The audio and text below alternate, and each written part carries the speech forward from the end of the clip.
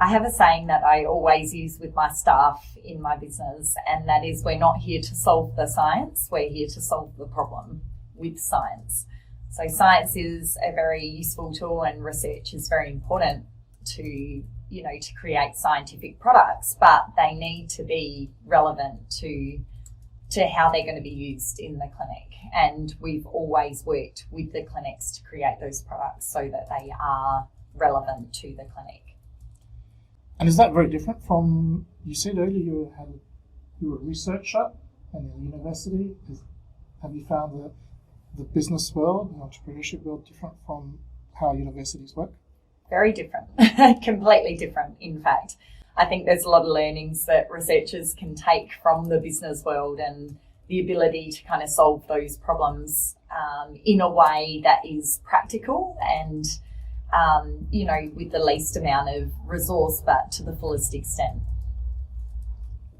Well, we were talking earlier with Minister Perugini about innovation and entrepreneurship, and I know you're heavily involved in that area in South Australia. Has that been changing? What's happening that might help bring together the university or pure research world and the business world? I think we're much more connected than we ever have been, and there's really a developing innovation culture here in the state that I think has been developing over the last 5 to 10 years that was pretty much non-existent prior to that. So I see a lot of changes, a lot of connectivity between industry and government and academia, and I think that's where the greatest value is going to be achieved with innovation within the state. Yes, this is all very, very interesting, very useful, because at the end of the day, much social and economic progress comes from bringing scientific discovery to market. Now, you said President is the company. You said you sold the company. That was a previous one. Yep. That was called ISD Analytics. ISD Yep. Analytics. Cool.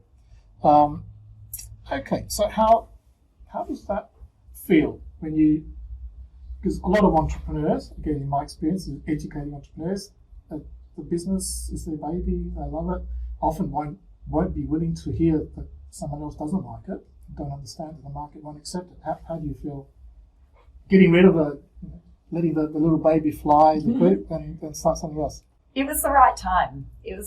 They're all stepping stones. That was a very big learning experience for us, because it was our first business coming from research into the commercial world, not really knowing what you were doing and learning along the way.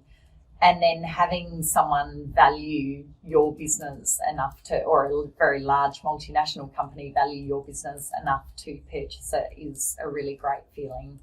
And it was the right time for that business that needed that to scale. So I think you have to be very pragmatic in business, and you need to be able to see when you can not take that business any further and when something else is a better option. Well, then let's go a step back. How did you decide to go from being a researcher to the world of business? And just in these days, like today I was looking back at some data that I collected surveying people with patents and understanding who went into startups and who didn't. So I've got some ideas, but why? The university environment is so nice. You can be there forever, and it's an easy job, isn't it? It's not easy. Research is incredibly difficult. I loved it though, and I didn't really make a conscious decision to leave it for any negative reasons. I had the opportunity through my husband, who was working with Department of Defence in the area of artificial intelligence at the time, and he wanted to go out and start his own business. And so I became more and more involved, just helping him in those early stages of the business development. And then I realised how much I really loved it. And I acquired a whole new set of skills that I never had before, and I was really good at it. And I found a really practical way of translating research into something that could be practically used commercially. And I really liked that. And so that was my decision. Okay, I love this topic we should be able to talk for a lot longer, but unfortunately the program is coming to an end soon. So let's come to this name, Perugini. Perugini looks and sounds very Italian. So what's your Italian? Stonato sounds very Italian too. Michelle? So I married an Italian, so Donato Perugini, but my family heritage is Dutch. So both of my parents are Dutch and both of his parents are Italian. And where do the Perugini come from?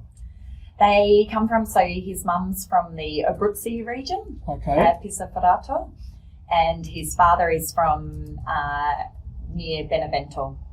The town? San Lorenzo Maggiore. Oh, wow, you say that very well. I reckon we could have conducted this. I'll be proud. They'll be proud. This interview in Italian, I reckon. No. No. To close up.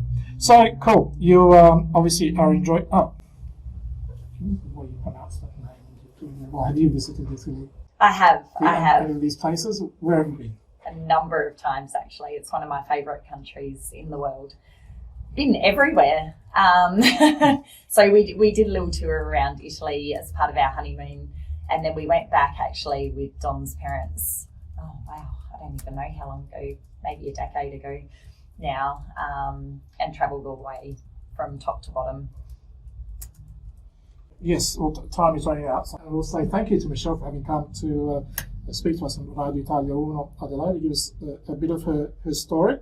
It's always useful, interesting, and nice to see that initiative and innovation can be used well in this state. And I think what's happening at Lot 14 is very encouraging as well. It builds on what's been going on for quite a while, but I'm seeing some very interesting initiatives out there. Thank you so much.